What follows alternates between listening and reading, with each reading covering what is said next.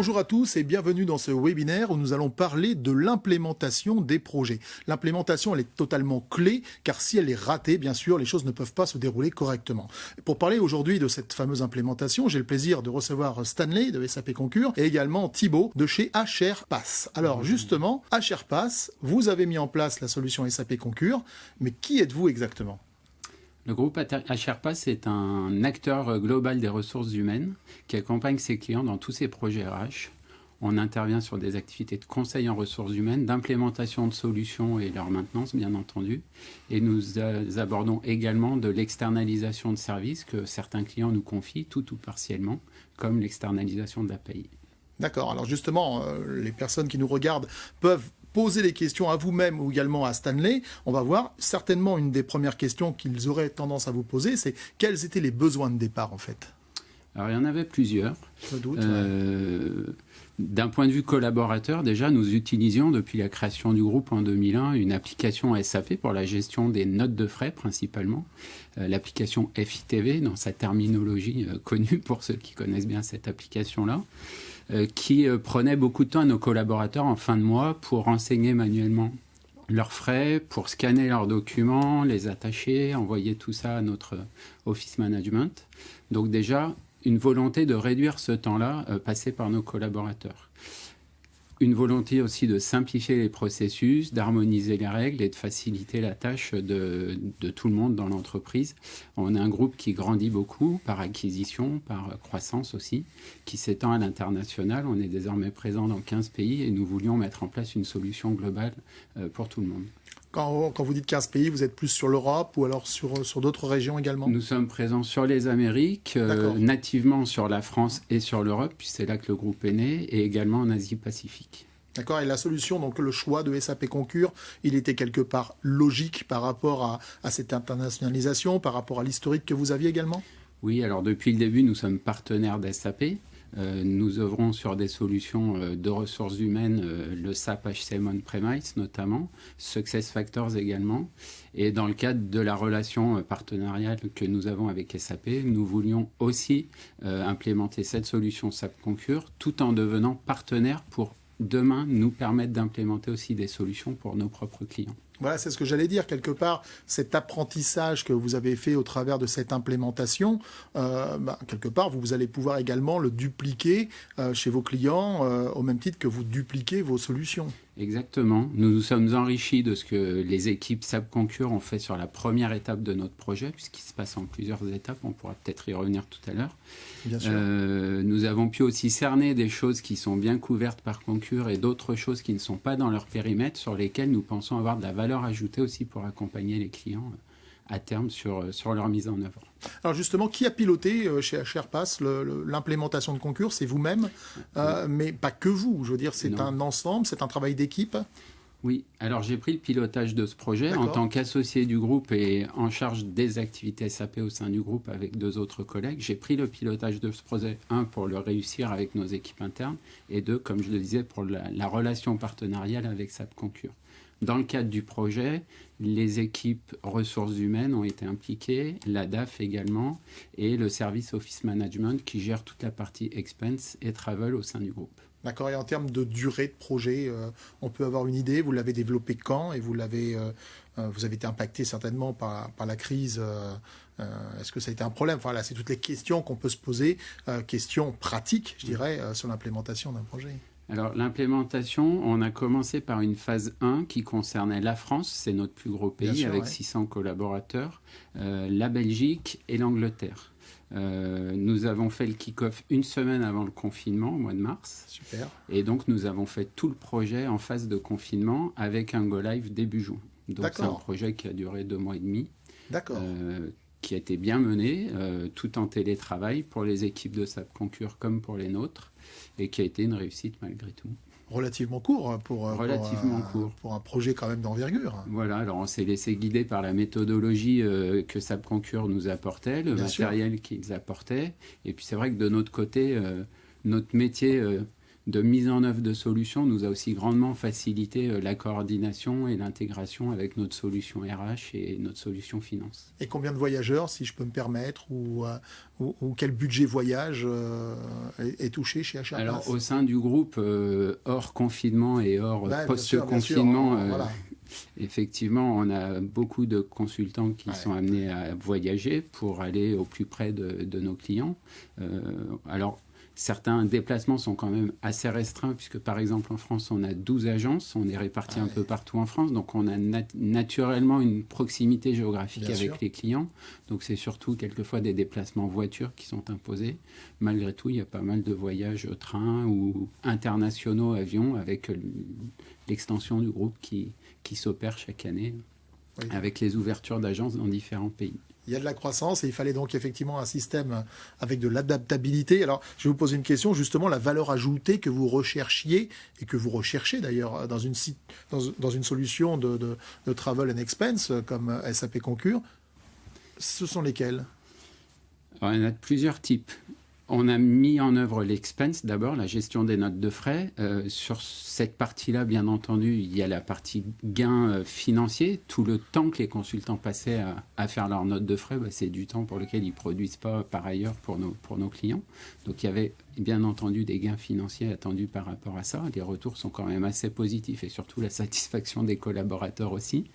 On a une deuxième étape de projet avec la mise en œuvre de Travel, avec un choix d'une agence internationale, là où avant on n'avait plus localement des agences réparties. Donc une volonté de centraliser.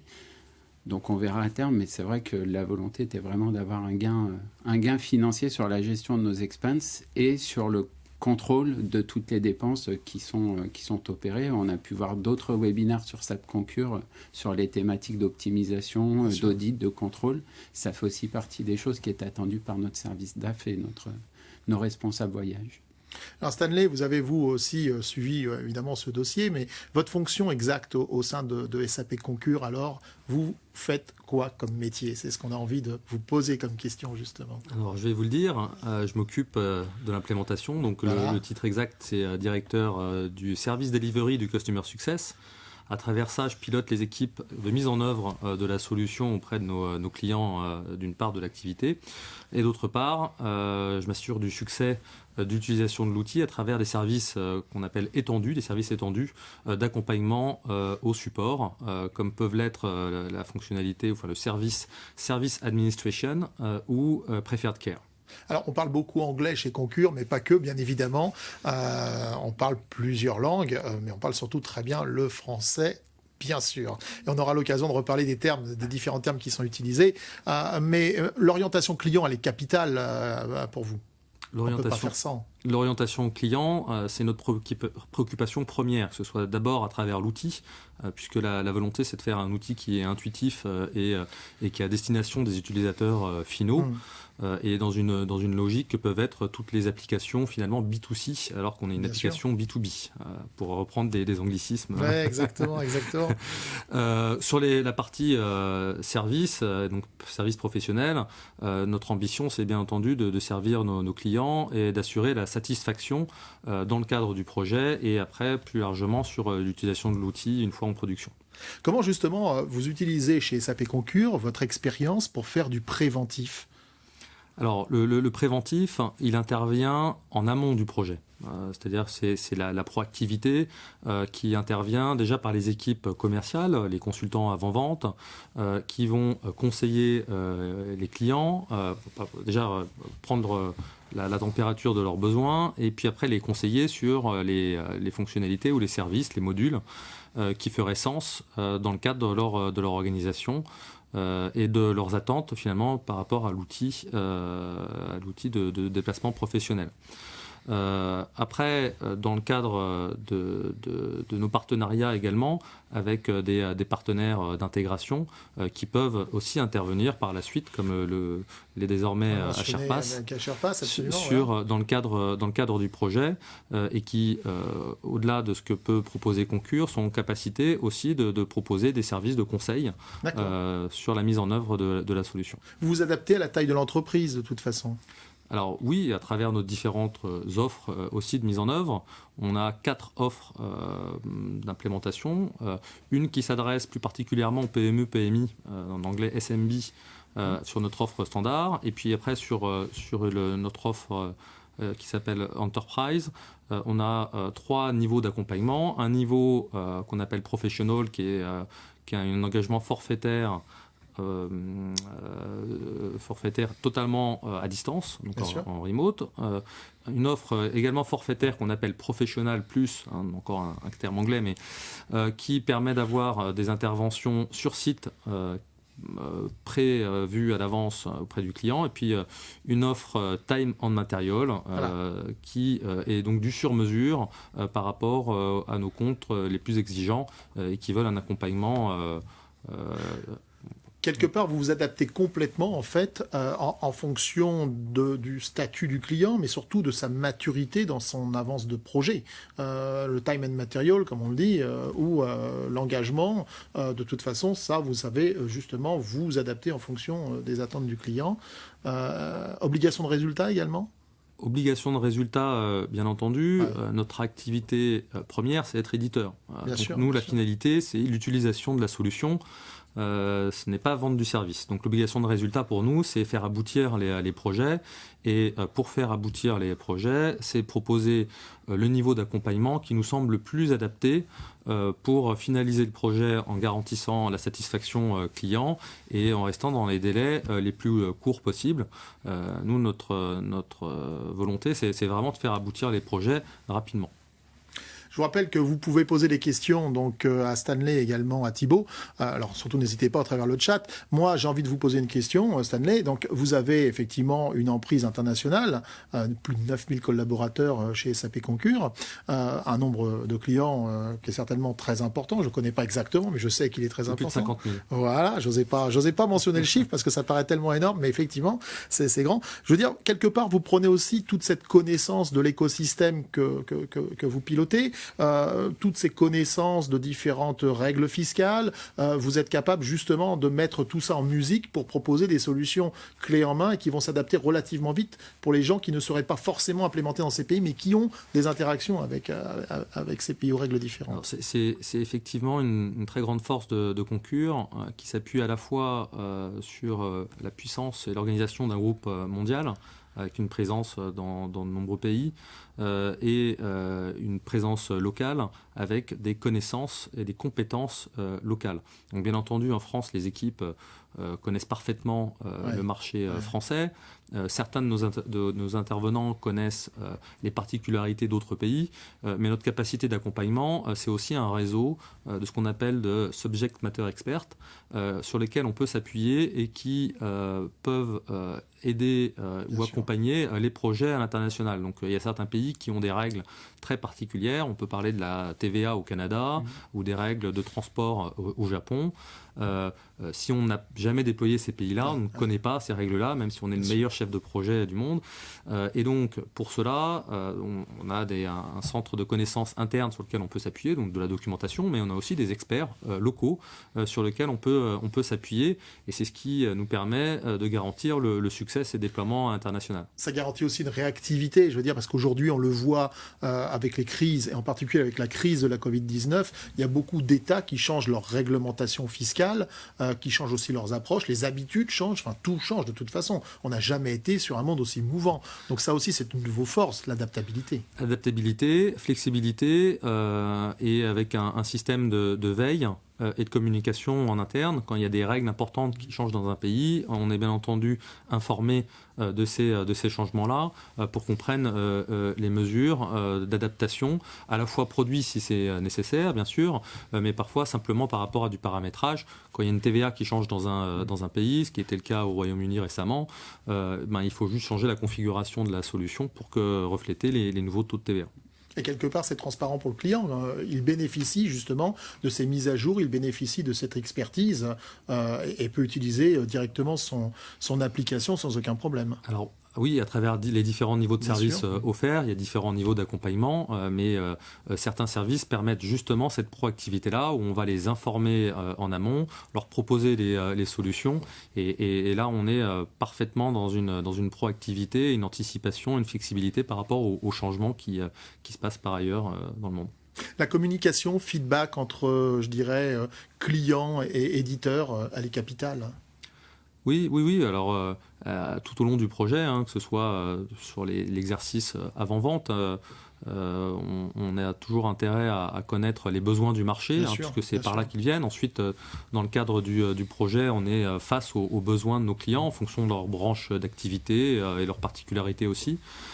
Puisque les projets peuvent se ressembler. On parle toujours de déplacements professionnels, mais les déplacements professionnels chez un client ou chez un autre ne sont pas gérés de la même façon. Donc les projets se ressemblent, mais sont finalement différents.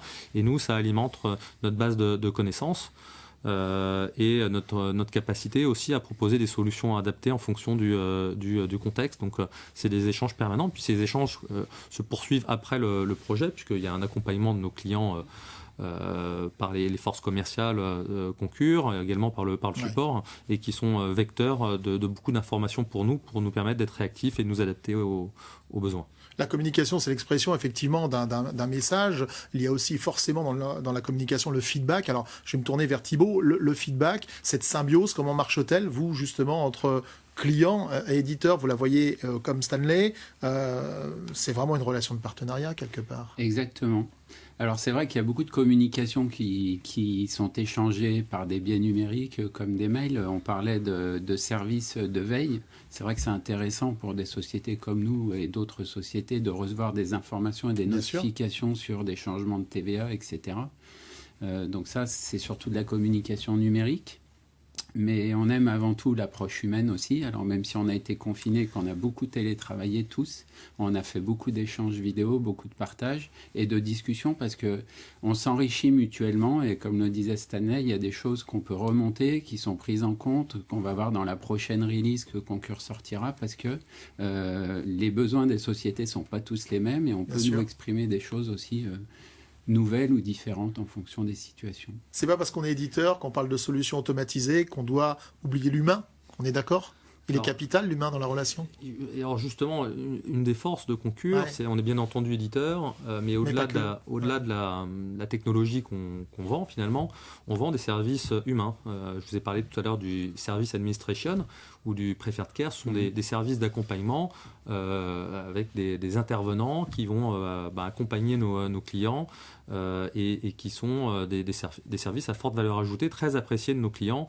Quand on mesure la satisfaction de nos clients, il y a très sensiblement une amélioration quand il y a un accompagnement suffisant, et, enfin, en tout cas à la hauteur des attentes de nos clients. Je confirme.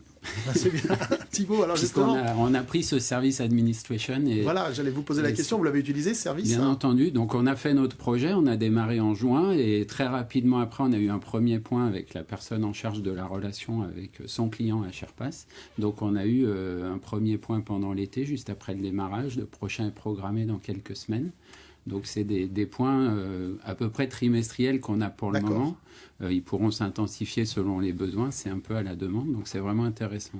C'est un suivi mutuel. De toute façon, le succès de l'un fait le succès de l'autre. Quelque part... Et, enfin, c'est des échanges, puisque il y a de la réactivité, puisque quand un client fait face à un problème, il va nous le remonter et on va essayer de l'adresser le mieux possible. Et à l'inverse, quand on a des informations qu'on pense utiles à partager avec nos clients, on va le faire de façon proactive pour que nos clients puissent aussi anticiper ces changements-là. Alors justement, Thibaut, quand on lance un projet comme ça, je veux dire, il y a des choses à définir en amont, il y a tout un tas de prérequis. Comment ça s'est passé chez vous ? Il y a pas mal de choses à collecter ou un état des lieux à refaire parce que c'est vrai que dans certains pays, on a des pays avec 10-15 personnes, donc assez petits, d'autres un peu plus gros. Je parlais de la France à 600 personnes. Donc les règles en local ou au global n'étaient pas forcément toutes partagées, toutes bien documentées. Ça a été l'occasion de reprendre un peu les choses, de redéfinir la politique de voyage, les règles. Et c'est important puisqu'on a vu qu'avec les situations de la crise sanitaire, il y a de nouvelles contraintes qu'il a fallu documenter aussi, mettre en place. Donc, collecte, documentation, et puis après, comme je disais, on s'est laissé guider par la méthodologie de Concur pour présenter lors des ateliers les différents modes de fonctionnement qu'on avait ou les besoins qu'on pouvait avoir dans le détail sur ce qu'on voulait mettre en œuvre dans la solution. Alors justement, c'était pour dire, on est dans les meilleures pratiques là, puisque nous ce qu'on prône par rapport au projet, c'est la simplification des process, leur rationalisation et l'homogénéisation. Très souvent, on démarre des projets et il y a une hétérogénéité forte des process entre les entités, les filiales, les pays. Et la volonté de nos clients, c'est de les simplifier, de les rationaliser. Et c'est aussi dans ce sens-là que l'on essaie de guider les projets. Alors après, la réalité des choses fait que c'est parfois un peu plus complexe que ça. Mais la tendance est véritablement vers ça, cette homogénéisation et cette rationalisation. Deux méthodologies chez SAP Concur, l'approche itérative et l'approche classique. Oui, alors historiquement, alors c'est des méthodologies Concur. Historiquement, on était une méthodologie Concur pure waterfall, donc en cascade. D'accord. Et plus récemment, on a mis en place une nouvelle méthodologie qu'on appelle méthodologie itérative, qui s'inspire de méthodologie agile, qui n'est pas tout à fait de l'agile, mais qui s'en inspire par son côté itératif. Et qui évite un petit peu l'effet tunnel entre une grande phase de spécification, une phase de mise en œuvre et une phase de test. Et donc on a un petit peu découpé les sujets, ce qui permet à nos clients une meilleure réactivité, une meilleure prise en compte des besoins et d'adaptation de la solution. Donc c'est ces deux grandes méthodologies-là qui sont aujourd'hui proposées à nos clients. D'accord. Et comment ça fonctionne justement, Thibaut ces méthodologies vous ont vraiment vous aidé ça se transforme comment? C'est des canevas, c'est de l'assistance particulière, c'est de l'écoute. Comment on formalise tout ça en fait? Il y a un document de référence qui est le workbook qui va servir pour recenser tous les éléments, pour permettre à Concur d'avoir les idées claires sur ce qu'il faut mettre en œuvre dans la solution. Et donc, au cours d'ateliers qu'on avait de façon hebdomadaire sur le début du projet, on rentrait dans le détail de certains composants de la solution, on expliquait nos règles, Concur nous challengeait sur des choses qu'on souhaitait harmoniser ou pas, et puis ça a permis, au bout de quelques semaines, d'avoir les idées claires sur ce qu'il y avait à mettre en œuvre. Donc l'équipe SAP Concur a ensuite commencé l'implémentation de la solution, nous a présenté les choses petit à petit, aussi pour nous, pour préparer le change management auprès de nos futurs utilisateurs. Non, c'est très bien cadencé et c'est vrai que, alors nous, on est un peu familier avec ça puisqu'on implémente par exemple des solutions comme SuccessFactors où les approches méthodologiques sont assez similaires par itération pour éviter, comme le disait Stanley, d'avoir des phases de conception qui durent 3 mois, des phases de réalisation qui peuvent durer plusieurs mois aussi, où le client ne sait pas trop ce qui se passe. Là, on avait de l'interaction toutes les semaines et on voyait avancer progressivement la configuration de la solution.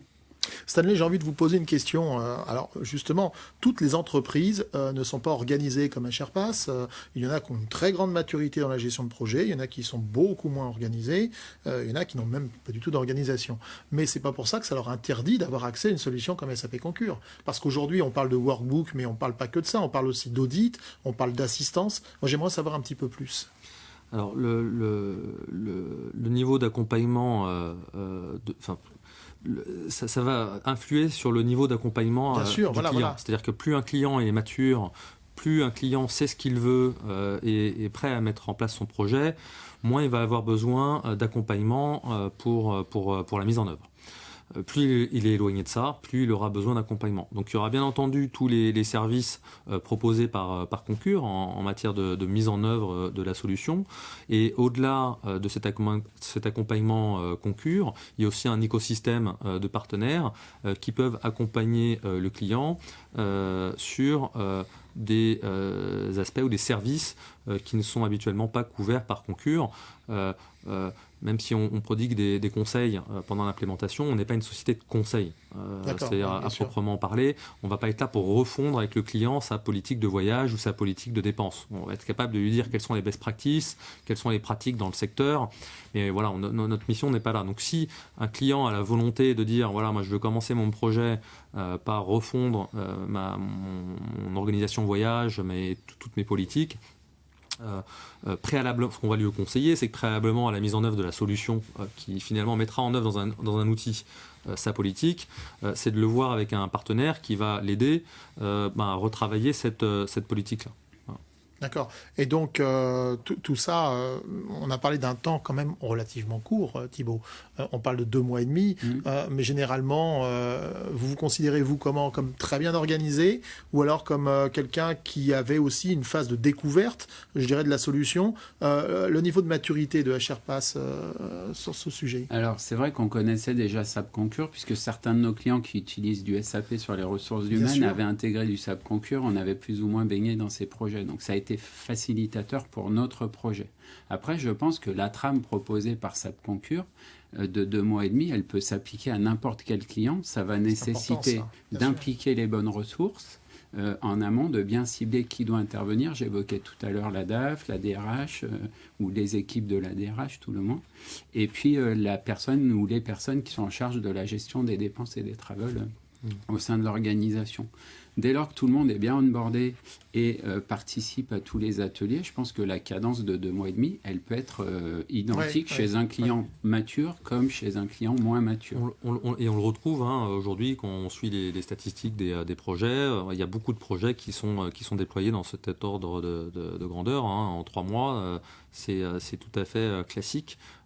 Sur des projets, on va dire, de complexité normale, puisqu'après, il y a des déploiements qui s'effectuent sur des grands groupes qui sont beaucoup plus complexes, qui forcément bien sûr, prennent plus de temps. Mais aujourd'hui, ce qu'on dit, la norme, la moyenne, c'est à peu près 4 mois. D'accord. Donc, ça, c'est un projet moyen, mais après, il y a des projets forcément dans cette moyenne, et des projets qui sont plus courts, et des projets qui sont plus longs.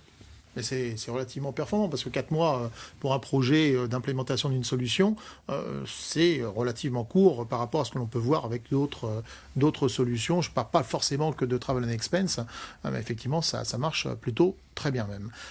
Une petite question, quand on a justement ce genre de dossier, ce genre d'implémentation internationale à mettre en œuvre, on peut le faire partiellement, puis ensuite déployer ensuite plusieurs sociétés. On n'est pas obligé de tout déployer d'un coup?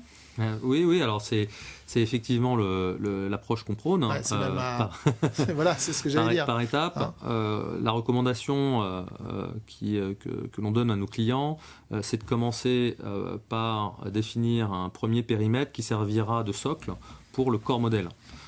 Habituellement, ce qu'on recommande, c'est que ce soit, si possible, le headquarter, qui permettra après de justifier le déploiement auprès des filiales, et puis qui servira aussi à mettre en œuvre toutes les règles communes en place, ou les interfaces communes pour faciliter les futurs déploiements. Donc en général, on commence par un groupe à peu près de 3 pays pour démarrer, et puis ensuite on fait des paquets de pays. Alors ça va dépendre aussi du niveau d'accompagnement, puisque plus le niveau d'accompagnement est élevé, plus on sera capable de faire des paquets de pays importants, mais ce n'est pas le principal facteur. Le principal facteur, c'est la cohérence de règles au sein d'un groupe de pays. Les zones géographiques également, puisque mener de front un projet entre les États-Unis, l'Europe et l'Asie, c'est pas possible, puisqu'on ne trouve pas de créneau horaire pour échanger. Donc on essaie aussi de définir des zones de déploiement sur des zones horaires compatibles. Il y a l'ERP aussi. On a des clients qui utilisent plusieurs ERP en fonction des zones. Et donc il y a des enjeux d'interfaçage et même aussi des règles de gestion qui vont varier en fonction de ces ERP. Et on définit le planning de mise en œuvre en tenant compte aussi de ces aspects.